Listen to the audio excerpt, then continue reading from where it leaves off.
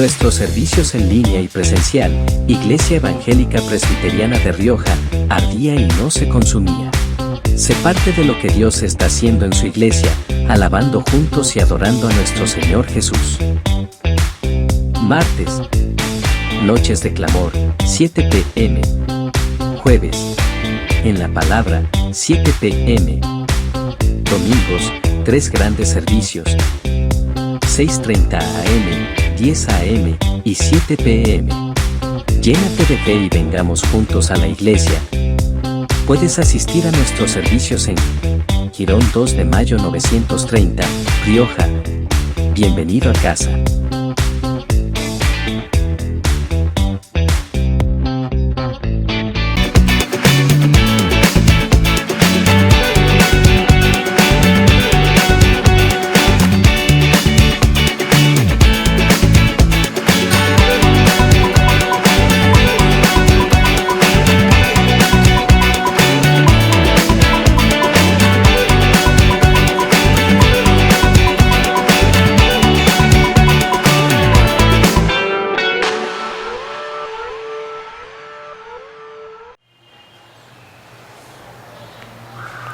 Bendiciones, que la gracia del Señor Jesucristo sea con cada uno de ustedes. Bienvenidos a su programa en la palabra, texto y contexto. Al mismo tiempo, hoy estaremos enfocándonos en esta serie que hemos venido siguiendo acerca de las profecías tipológicas, profecías también descriptivas o explícitas que hablaban acerca del Mesías. Luego hemos tratado también el tratado del tema de la muerte de Cristo en la cruz, o Cristo hecho maldición en la cruz, y hoy continuaremos con esta serie enfocándonos especialmente en nuestras lentes, nuestras cámaras, con nuestras Biblias, en el tratado de la resurrección de Cristo. ¿Qué importancia tiene la resurrección de Cristo para nuestras vidas?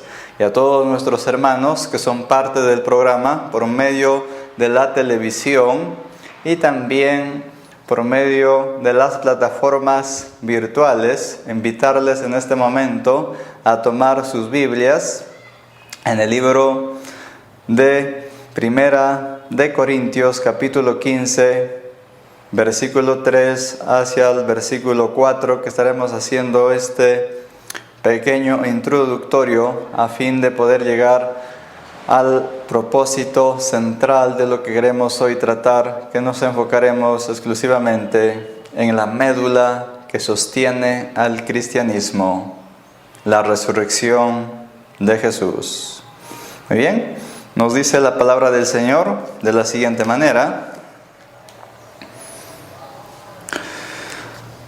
1 Corintios capítulo 15. Además os declaro, hermanos, el evangelio que os he predicado, el cual también recibisteis, el cual también perseveráis. Versículo 2. Por cual asimismo, si retenéis la palabra que os he predicado, sois salvos, si no creísteis en vano. Versículo 3. Porque primeramente os he enseñado lo que asimismo recibí, que Cristo murió por nuestros pecados conforme a las Escrituras. Versículo 4. Y que fue sepultado y que resucitó al tercer día conforme a las Escrituras.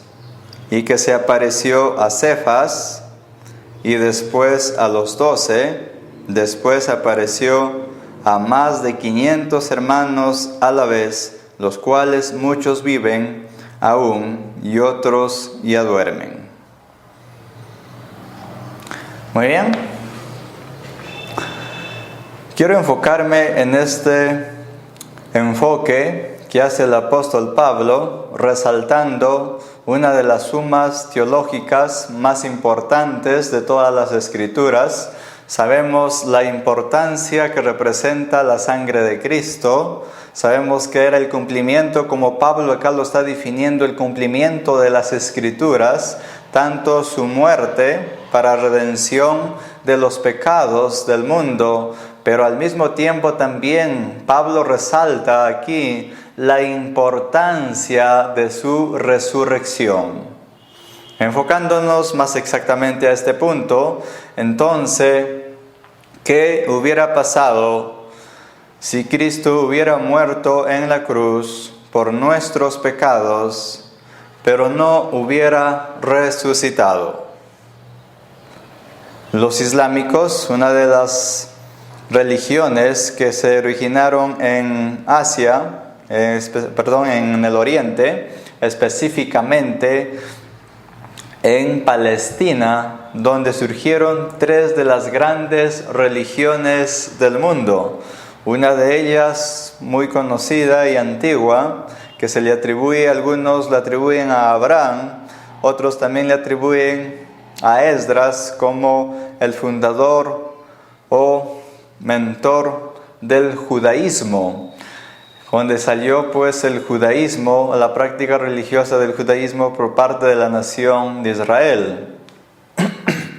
Pero también tenemos otra de las religiones que surgieron ahí, que es el Islam, 600 años después de Cristo, una de las religiones que viene creciendo en el mundo. Y el Islam sostiene y afirma que Cristo era un gran profeta, pero que Él nunca, murió en una cruz, y que tampoco era hijo de Dios, porque era imposible que Dios tenga un hijo físico, o que Él, más claro, también no resucitó.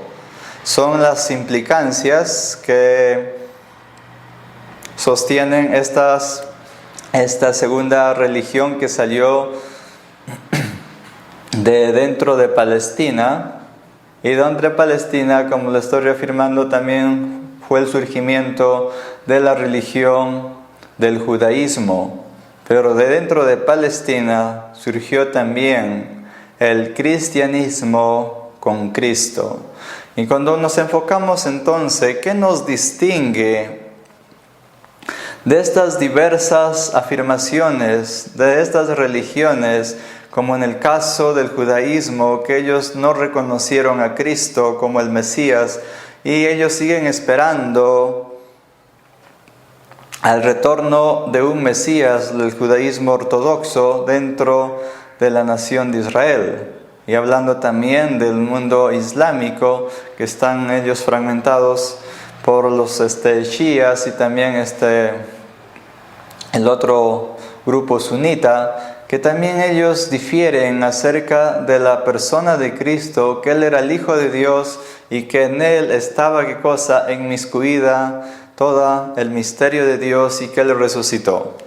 Pablo reafirma eso. ¿Qué nos distingue de todos estos grupos religiosos? Nos distingue que nuestro líder, Jesucristo, resucitó y que la tumba está vacía.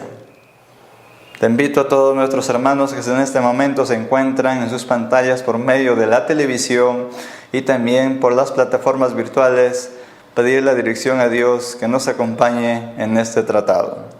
Te damos las gracias, Señor, en el nombre de Jesucristo. Ilumínanos con tu Espíritu Santo, danos luz y entendimiento para tratar las grandezas, las riquezas de tu reino, de la médula que sostiene nuestra fe, que tú un día resucitaste de entre los muertos, una vez y para siempre.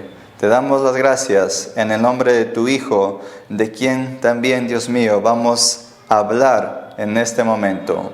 Te doy las gracias en el nombre de Jesús. Amén.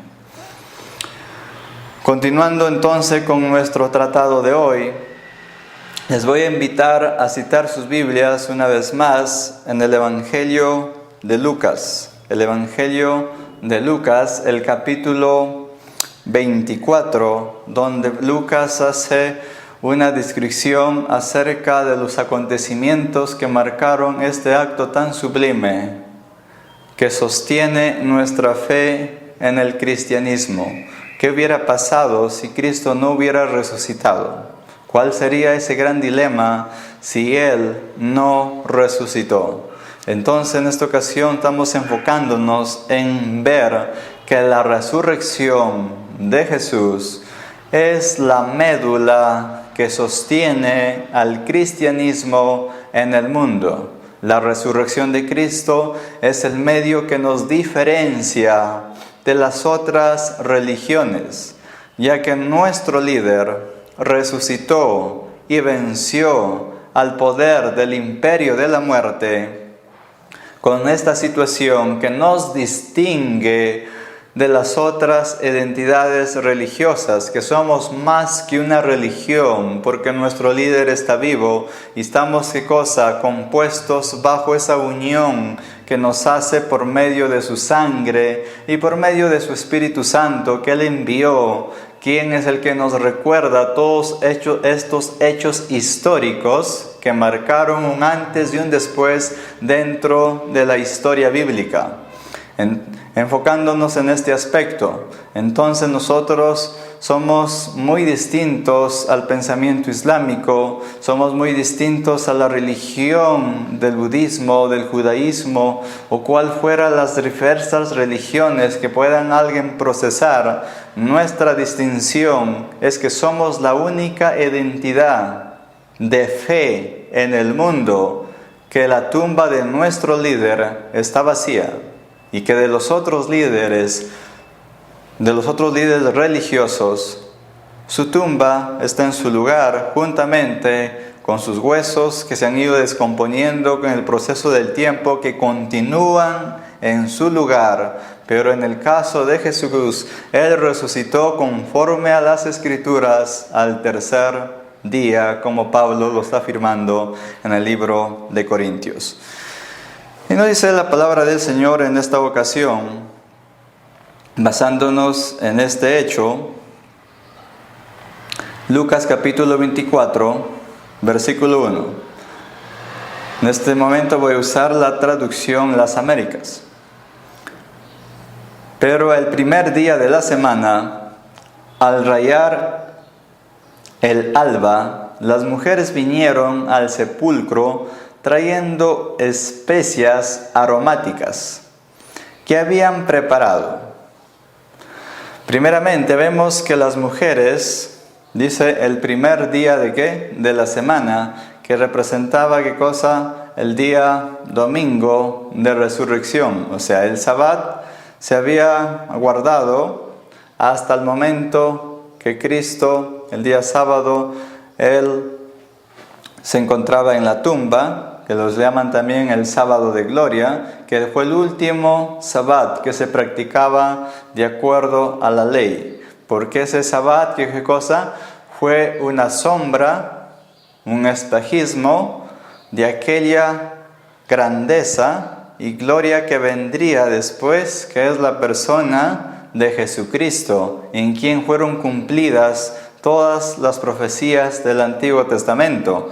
Y por eso el libro de Colosenses nos va a hacer un detalle muy especial, Colosenses 2:16, y nos dice lo siguiente: por tanto, nadie os juzgue en comida o bebida o en cuanto a días de fiesta, luna nueva o días de reposo. Ojo con eso, días de reposo. Porque luego menciona aquí Pablo, porque todas esas cosas fueron sombras del que tenía que venir, Cristo. Y lo reafirma, del que tenía que venir, Cristo. Entonces, sabemos que las mujeres fueron el día domingo, que Cristo estaba implementando su reino, en una resurrección que Él lo realiza el domingo, que es la instauración de su reino, o la inauguración de su reino con su resurrección aquí, y da lugar ya no al Sabbat, sino ¿qué cosa? Al domingo, que para los judíos era ¿qué cosa? Representaba, que como aquí lo dice, el primer día de la semana. El primer día de la semana. Entonces, entendiendo ese detalle, que las mujeres el día domingo muy temprano vinieron, dice, al sepulcro, trayendo especias aromáticas que habían preparado. Muy posible que estaban llamando mirra, aloe, acacia, que eran, de acuerdo a los salmos, al Salmos 45, eran los elementos aromáticos que se llevaban para los cuerpos fallecidos, para untarlos o poderlos ungir con esas hierbas aromáticas, y ellas realizaron este acto con la intención, pues, apresuradas muy temprano, dice, al rayar el alba, o sea que se levantaron muy de madrugada para llevar a cabo este acto consecutivo que nos menciona también el Evangelio de Lucas. Encontraron que la piedra había sido removida del sepulcro. La piedra había sido removida del sepulcro. ¿Qué implicancias representa esto?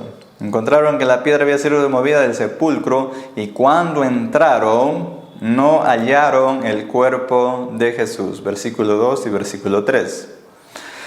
No encontraron el cuerpo de Jesús.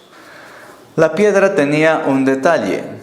Aparte de ser una piedra muy grande, que tuvo que ser movida por varios hombres fuertes, soldados o los militares, quienes se encargaron de sellar esa piedra a la entrada de la tumba de Cristo, donde Él fue ubicado su cuerpo. También la tumba fue sellada con un sello imperial. Aparte de la ubicación de la piedra, la tumba fue sellada con un sello imperial. El libro del Evangelio de Mateo, el capítulo 27, versículo 66, nos reafirma este detalle. Y fueron y aseguraron el sepulcro, además de ponerle la guardia, sellaron la piedra. Está describiendo Mateo ahí, nos hace una descripción que no la encontramos en el Evangelio de Lucas, que pusieron la piedra, pusieron la guardia, los que iban a ser los guardianes, la seguridad de la tumba para que no fuera profanada. Segundo, vemos que tenía el sello imperial. ¿Qué significaba esto? Primeramente, los soldados que cuidaron la tumba para no ser violentada o profanada por alguien, eran, ¿qué cosa? Militares extremadamente entrenados. Eran comparables con los comandos, los hombres de alto entrenamiento de los Estados Unidos, que son las fuerzas especiales, o también hablando de los boinas rojas de la nación de Rusia, hombres altamente entrenados para este trabajo. ¿Y por qué hago esta comparación? Porque el Imperio Romano para aquellos días era el poder imperial del mundo de aquel entonces. Y contaban, ¿qué cosa? Con las tropas o soldados bien entrenados, que dos soldados espalda con espalda, se entiende por los estudiosos y historiadores que eran indestructibles, o sea, no se los podía atacar, eran, ¿qué cosa? Una máquina de carnicería. Entonces, hasta ahí entendemos que era imposible que la tumba fuera profanada, como muchos sostienen que la tumba de alguna forma fue el cuerpo saqueado y que Jesús nunca resucitó. Tenemos evidencias ahí que demuestran y que nos demandan, como dice Josh McDowell, un veredicto. Muy bien. Vemos también otro aspecto que sucede aquí, que tenía el sello imperial. Tenía el sello del imperio, del emperador, o de más claro de Poncio Pilato, que estaba gobernador de aquella región. Y como suceso, que era imposible violentar un sello cuando tenía el sello del imperio, porque si alguien se atrevía, como consecuencia iba a recibir la misma sentencia que recibió nuestro Mesías, que tenía que ser llevado a crucifixión, castigado cruelmente hasta la muerte. Entonces, nadie en su escudriño, nadie en su razonamiento nadie es consciente de estas consecuencias, se hubiera atrevido a violentar la tumba, de ser presa de los soldados, ser penetrado por ellos. Lo otro es que la tumba también tenía una gran piedra y el aspecto que tenía de ese sello, que estaba altamente resguardada o cuidada. Avanzando con este asunto. Entonces, ¿qué pasó con la tumba? Que el versículo nos dice, en el versículo 3, y cuando entraron, no hallaron el cuerpo de Jesús. ¿Quién movió la piedra? ¿Qué sucesos se dieron aquí? El libro de Mateo, el capítulo 28, versículo 22, nos da detalles de los acontecimientos que surgieron consecutivos a la resurrección de nuestro Señor Jesucristo. Mateo 28, versículo 2, y nos menciona y dice: y hubo un gran terremoto, porque un ángel del Señor descendió del cielo, y llegando removió la piedra y se sentó sobre ella. O sea, vemos que las mujeres estaban viajando con sus hierbas aromáticas para ir a la tumba. Encuentran que la tumba está vacía, la piedra puesta a un lado, porque nos describe que hubo un terremoto. Justamente, no sabemos en el momento que Él resucitó, pero hubo un terremoto en este suceso. Mientras las mujeres viajaban, posiblemente fueron o presenciaron ese terremoto, porque un ángel vino, descendió y desplazó la piedra que estaba como seguridad. Y eso es lo que menciona aquí. Un ángel del Señor descendió del cielo y llegando removió la piedra y se sentó sobre ella. Pero menciona que hubo un gran terremoto.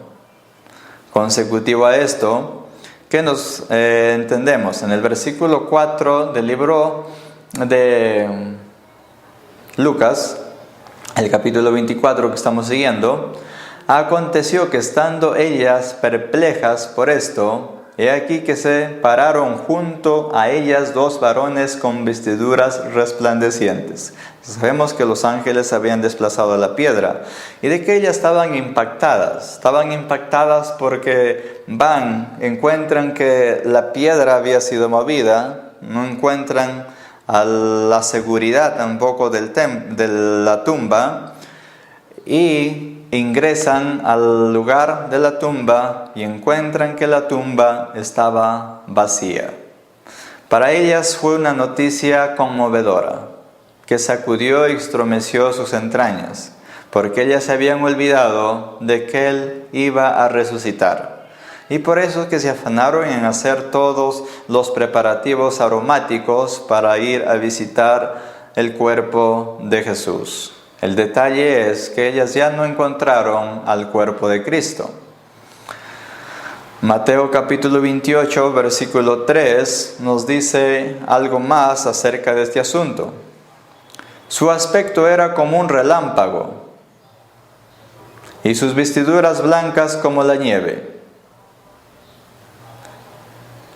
Y de miedo a él, los guardias temblaron y se quedaron como muertos. No se especifica qué pasó con los encargados de la seguridad de la tumba. El aspecto, dice, como de un relámpago y con vestiduras blancas como la nieve. O sea, se da el terremoto, sacude. Luego de pronto ven que desciende un ángel y desplaza la piedra como un rayo que llega, como un relámpago, o sea, la luz que emite, hizo temblar y quedaron, dice, plasmados, quedaron, ¿qué cosa? Impactados, que quedaron como muertos, en shock, por lo que estaban viendo, la presencia de un ángel, estos militares de élite que estaban cuidando la tumba de Jesús, que quedaron, ¿qué cosa? De una manera inestables, sin capacidad de reacción ante la presencia de un ser angelical que es muy superior a un ser humano, tanto en fuerza y en naturaleza. Entonces vemos esta situación de que los militares, pues dice, y los guardias temblaron y se quedaron como muertos. O sea, el impacto del efecto del trastorno de la presencia, de la llegada del ángel que retiró la piedra. Y es por eso que el versículo 4 del libro de Lucas 24, el versículo 4, nos menciona que aconteció que estando ellas perplejas por esto, he aquí que se pararon junto a ellas 2 varones con vestiduras resplandecientes. Ya sabemos lo que había pasado en la tumba. Entonces ellas quedaron perplejas porque no encuentran el cuerpo y se asombran también. ¿Qué pasó? Y luego, estado continuado de este asunto, aparte de haber presenciado el terremoto, en que no presenciaron la llegada de los ángeles, ellas entonces se encuentran ya con los ángeles ahí esperándoles a ellas. Porque dice aquí, y aquí se pararon junto a ellas 2 varones con vestiduras resplandecientes. Interesante. ¿Y qué sucedió? ¿Qué sucedió cuando ellos se pararon junto a ellas? ¿Cuál fue el mensaje que les trajo los ángeles a estas mujeres que estaban desfalleciendo su corazón por la ausencia del cuerpo de Cristo? El versículo 5 del mismo libro de el Evangelio de Lucas 24, el versículo 5 nos dice: y estando ellas aterrorizadas, inclinando sus rostros a tierra, ellos dijeron: ¿por qué buscáis entre los muertos al que vive? ¿Por qué buscáis entre los muertos al que vive? No está aquí, sino que ha resucitado. Acuérdense cómo Él les habló cuando estaba aún en Galilea. Versículo 7. Diciendo que el Hijo del Hombre debería ser entregado en manos de hombres pecadores y ser crucificado y al tercer día resucitar. ¿Qué había pasado hasta aquí? Es que la confianza y la convicción y la fidelidad a las palabras de Jesús se había apagado en sus corazones, o habían olvidado y habían omitido este asunto de que Él iba a resucitar al tercer día. Entonces ellas fueron justamente llevando las hierbas aromáticas, los preparativos de aromas para el cuerpo de Jesús, pero se descubren que la presencia de Cristo y el cuerpo ya no se encontraba en su lugar, cosa que les impactó, ¿no? Y los ángeles les recuerdan ahora, se ponen junto a ellas y les dicen: mujeres, ¿por qué están buscando al que vive? Él ya no está aquí, Él ha resucitado. Acuérdense que les habló cuando estaba aún en Galilea, diciendo que el Hijo del Hombre debería ser entregado en manos de hombres pecadores y ser crucificado, al tercer día resucitar. Habían olvidado todo este dilema, y entonces justamente que no solamente ellas, sino también los apóstoles habían olvidado y habían claudicado de que Él realmente iba a resucitar. O más claro, no lo entendieron o comprendieron hasta ese momento. Pero eso era el plan soberano de Dios. Era el plan que Pablo está sosteniendo en el libro de Corintios 15, al versículo 2, versículo 4, que Él tenía que morir conforme a las Escrituras y resucitar conforme a las Escrituras. Y Pablo añade en Corintios que si Él no hubiera resucitado, esa resurrección no hubiera dado, vana es nuestra fe. Vana es nuestra fe. Entonces, esto era el plan soberano y especial de Dios, que el Hijo tenía que llevar a cabo el cumplimiento de las Escrituras dadas en el Antiguo Testamento. Los que han venido siguiendo esta serie ya saben de todo lo que hemos tratado y ahora nos encontramos ya tratando este punto de la resurrección. Si no han visto los temas anteriores, pues lo tienen dentro de la plataforma virtual. Evangelio de Lucas capítulo 9, versículo 22 y versículo 44 nos recuerda las palabras que Jesús les dijo antes de que Él padeciera o fuera crucificado. Les advirtió de este asunto y les dijo, versículo 22, el Evangelio de Lucas capítulo 9, versículo 22, y les dijo, el Hijo del Hombre debe padecer mucho y ser rechazado por los ancianos, por los principales sacerdotes y los escribas, y ser muerto y resucitar al tercer día. Versículo 44.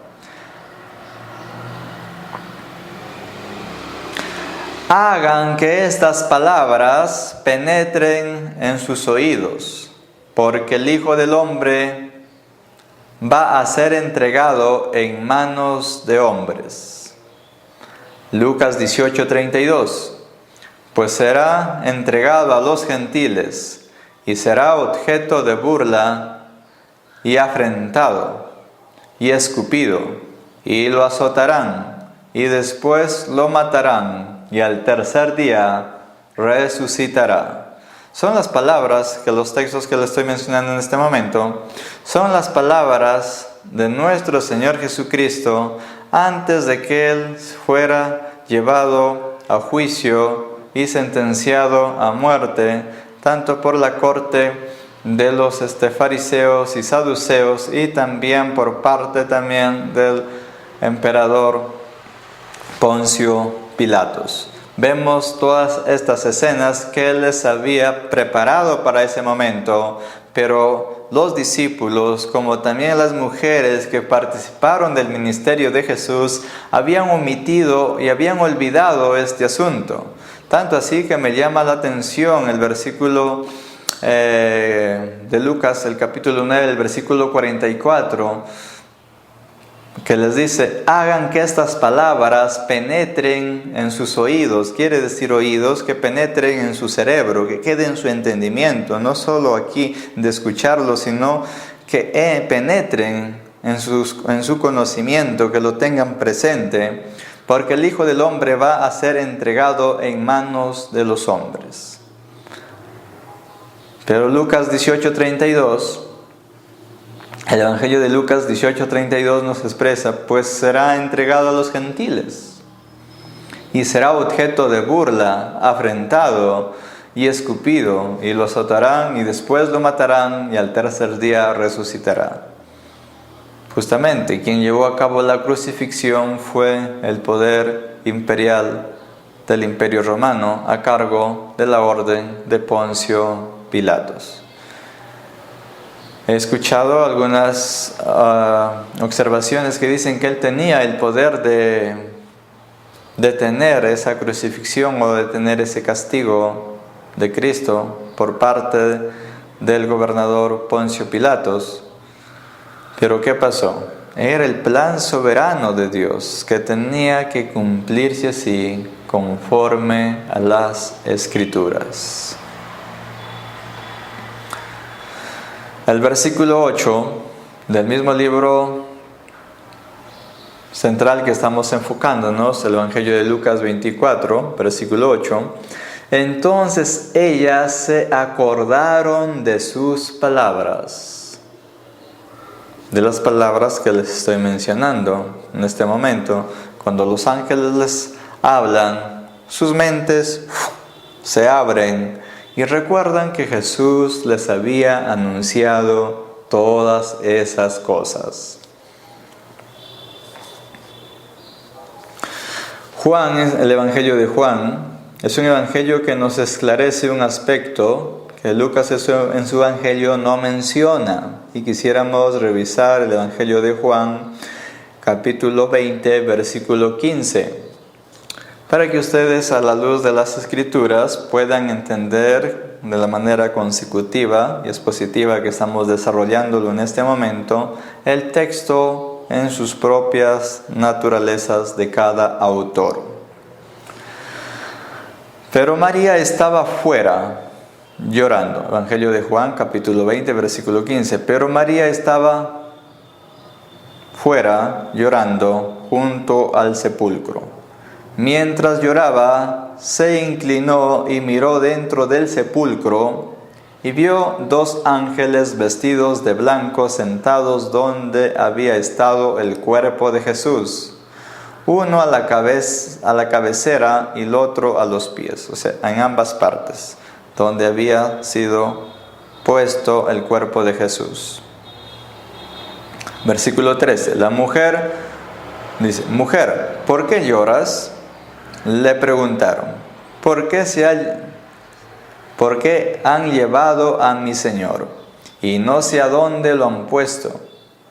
Les contestó ella. Al decir esto, se volvió y vio a Jesús. Ojo, el versículo 14. Al decir esto, se volvió y vio a Jesús que estaba allí, pero no sabía que era Jesús. Mujer, ¿por qué lloras? Le dijo Jesús: ¿a quién buscas? Ella, pensando que era el cuidador del huerto, le dijo: Señor, si usted lo ha llevado, dígame a dónde lo ha puesto, y yo lo llevaré. María, le dijo Jesús. Ella, volviéndose, le dijo en hebreo: Raboni, que quiere decir maestro.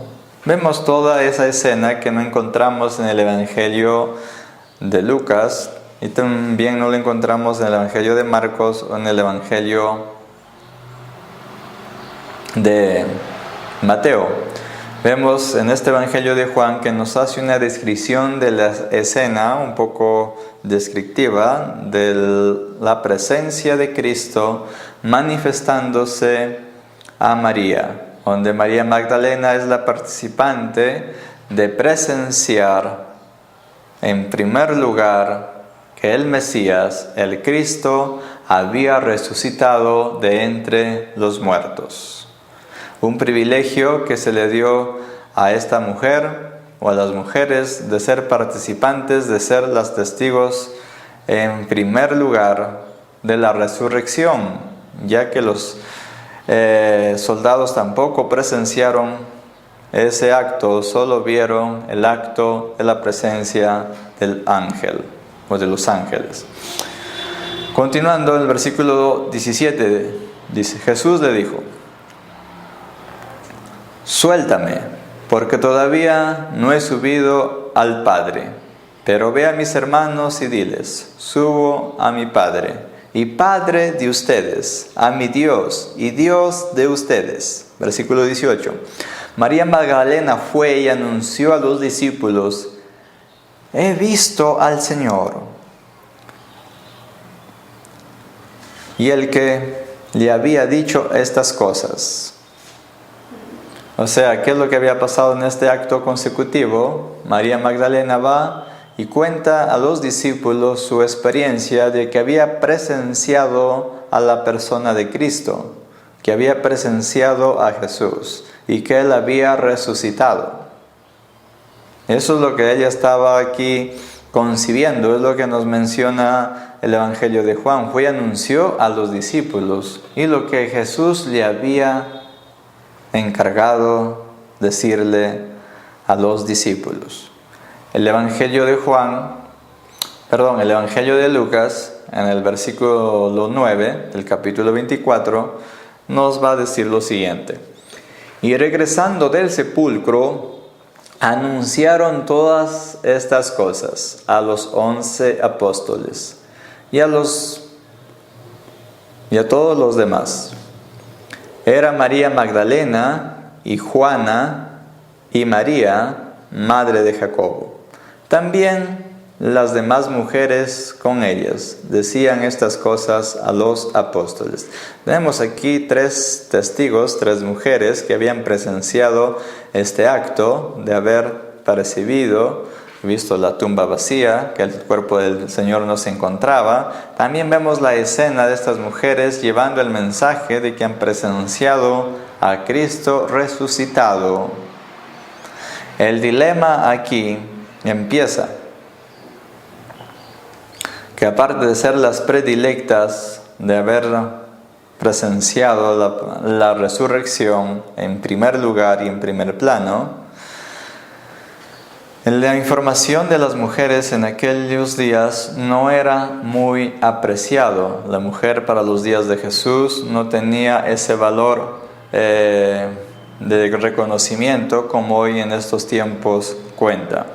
En el Evangelio de Mateo, el capítulo 28, el versículo 11 al 15, nos brinda información más clasificada acerca de esta situación, de la resurrección y acerca del informe de los soldados. Mientras ellas iban, algunos de la guardia fueron a la ciudad e informaron a los principales sacerdotes de todo lo que había sucedido. Después de reunirse con los ancianos y deliberar con ellos, dieron una gran cantidad de dinero a los soldados, diciendo: digan esto, sus discípulos vinieron de noche y robaron el cuerpo, mientras nosotros dormíamos. Y si esto llega a los oídos del gobernador, nosotros lo convenceremos y les evitaremos dificultades. Ellos tomaron el dinero e hicieron como les había instruido. Y este dicho se divulgó extensamente entre los judíos hasta hoy. Vemos también aquí, vemos ya la escena de las mujeres llevando las evidencias o los testigos, el testimonio de las mujeres a los apóstoles, pero también vemos el testimonio de los militares o los comandos de élite del Imperio Romano que habían cuidado de la tumba, también dando su informe a los maestros de la ley, a los fariseos, saduceos y sacerdotes de aquellos días del Sanedrín. Y los encargados del Sanedrín pues les dicen pues que digan que el cuerpo había sido robado. Y los sobornaron a los soldados con una cantidad de dinero. Secuencia que también le dice: si ustedes tuvieran problemas porque llegara este asunto a los oídos de Poncio Pilato o el gobernador encargado, nosotros nos encargaremos también de sobornarlo a él. Es lo que han querido decir, ¿no? Nos encargaremos de este asunto para que ustedes queden libres de todo este problema. Y esa noticia se divulgó, dice, en toda aquella región hasta los días de hoy. Menciona aquí el texto, hasta los días que los apóstoles estaban registrando sus evangelios, se seguía anunciando esa noticia de que el cuerpo había sido robado.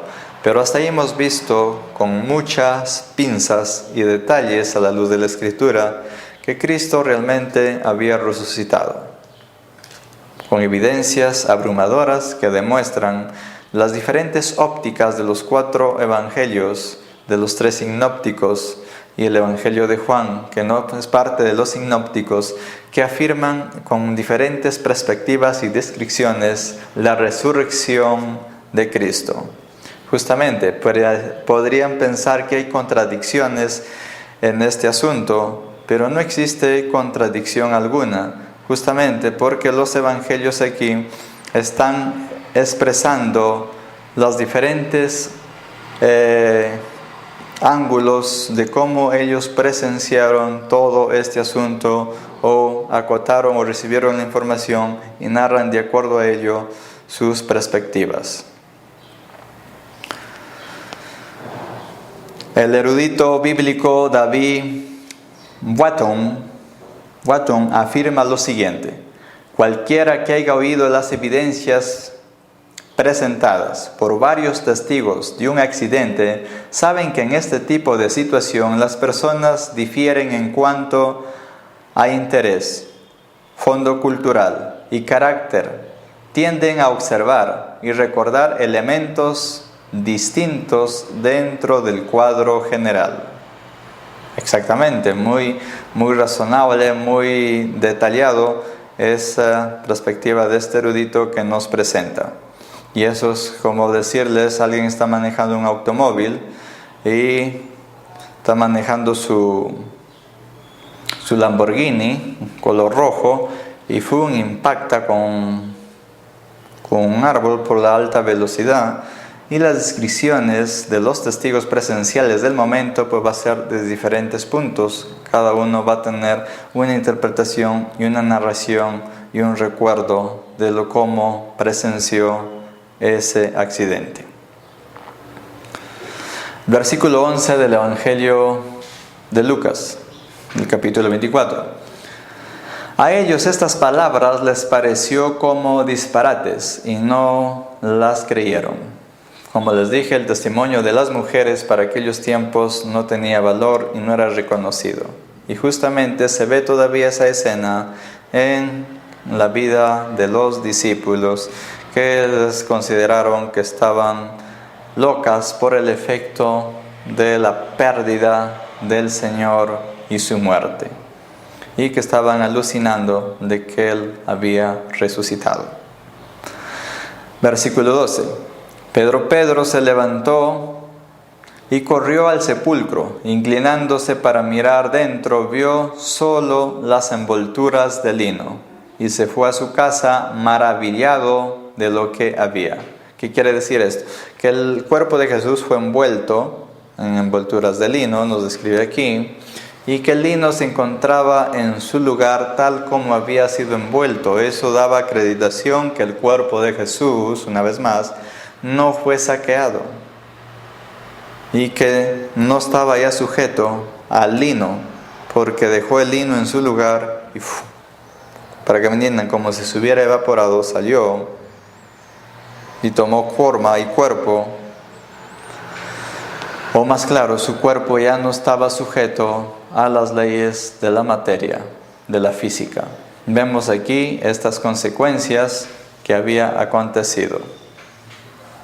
Dice Pedro que se quedó maravillado por lo que había acontecido.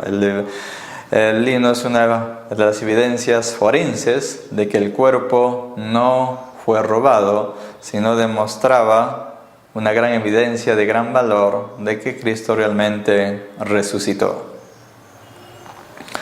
El Evangelio de Juan, capítulo 20, versículo 18 al versículo 19 nos menciona un detalle muy importante.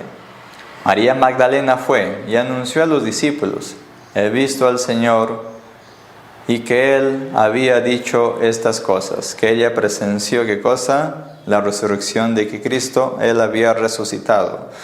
Vemos otro caso en el versículo 19.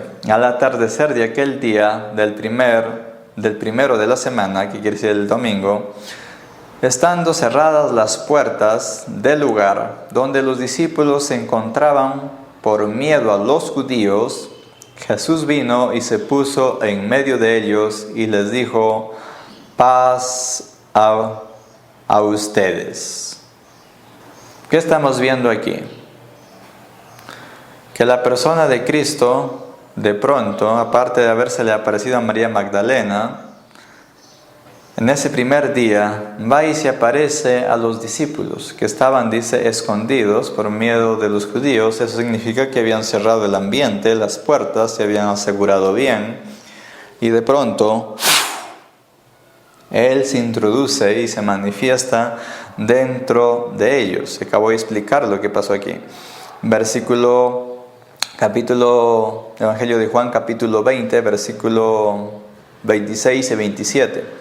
8 días después, sus discípulos estaban otra vez dentro, y Tomás con ellos. Y estando a las puertas cerradas, Jesús vino, y se puso en medio de ellos y le dijo: paz a ustedes. 8 días después.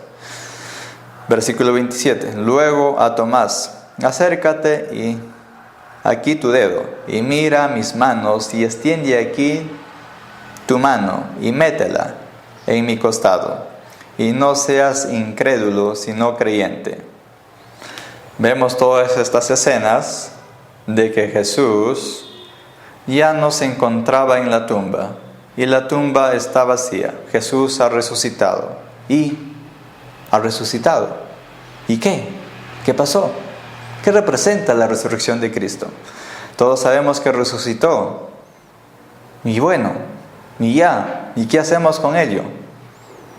Pablo lo que nos está evidenciando en 1 de Corintios 15 es que si Cristo no resucitó, es el texto inicial que hice en la introducción, que si Cristo no resucitó, vana es nuestra fe. Vana, inservible, nos engañó. Y eso es, ¿qué cosa?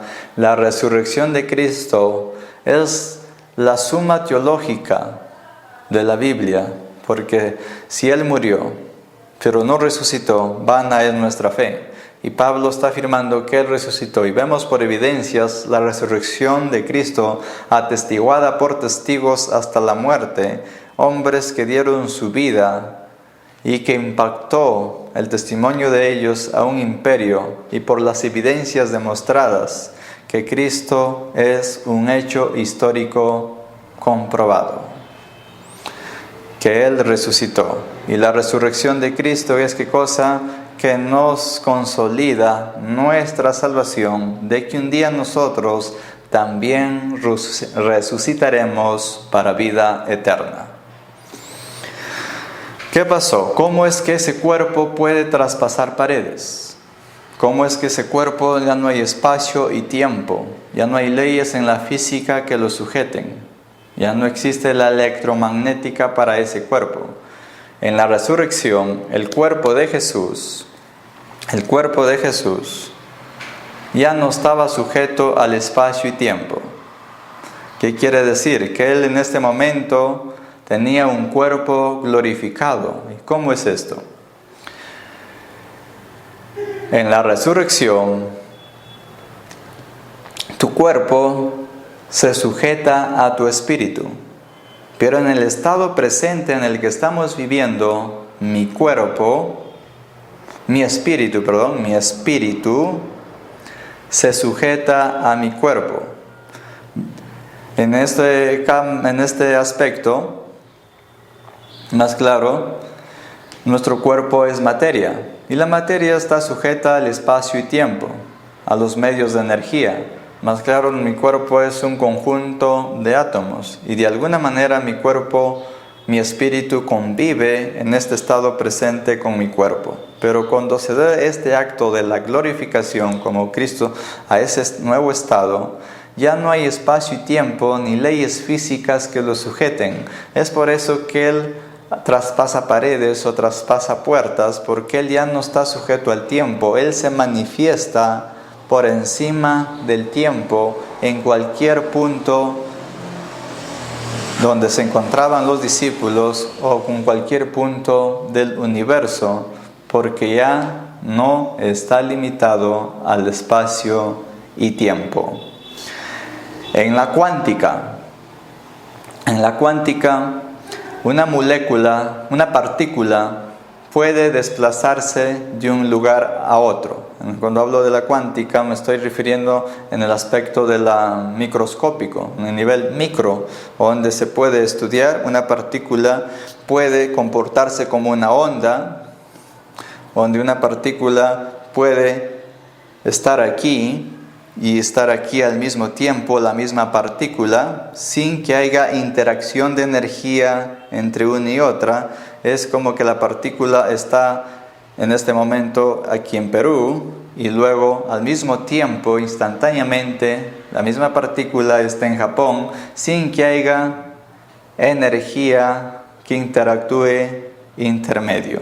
Para que me entiendan mejor, es como que yo agarro, esto fuera una manzana y lo muerdo y de pronto la manzana en Japón también se muerde, para que me entiendan. Es lo que pasa con las partículas. Vemos ese comportamiento en el ámbito de la cuántica, que en el nivel microscópico sucede, que una partícula está en diferentes lugares al mismo tiempo, sin que haya viajado o haya interacción de energía intermedia. ¿Qué significa esto? Que en el caso de Jesús pasó, lo estoy llevando para que más o menos entiendan, en el caso de Jesús ya es en un nivel, ya no micro, sino macroscópico, a nivel macroscópico, a nivel de masa, que Él podía estar aquí, puede estar aquí en este momento conmigo, pero al mismo tiempo puede estar en Rioja, o en Moyobamba, en Estados Unidos, en Japón, en la China, donde usted su mente puede imaginar, o en la constelación de Orión, o en la galaxia del Águila, o sea que no hay espacio y tiempo, porque Cristo en ese momento se había convertido en el centro del universo, y Él podía manifestarse en cualquier punto del espacio y tiempo en el cual nosotros nos encontramos. Un poco complejo quizás, pero más o menos a que me entiendan la situación, que Cristo tenía un cuerpo que ya no estaba sujeto al espacio y tiempo. Y eso es la esperanza de la resurrección, que nuestro líder, su tumba está vacía, y por cuanto está vacía, Él resucitó. Usted y yo, conforme a sus propósitos, si nos mantenemos en esa perseverancia de los santos, un día también nosotros resucitaremos, porque seremos hechos semejante a Él. Que la gracia del Señor les siga bendiciendo a cada uno de ustedes. Nuestros servicios dominicales. Clamor matutino, 6:30 AM. Servicio central, 10 AM. Servicio nocturno, 7 PM.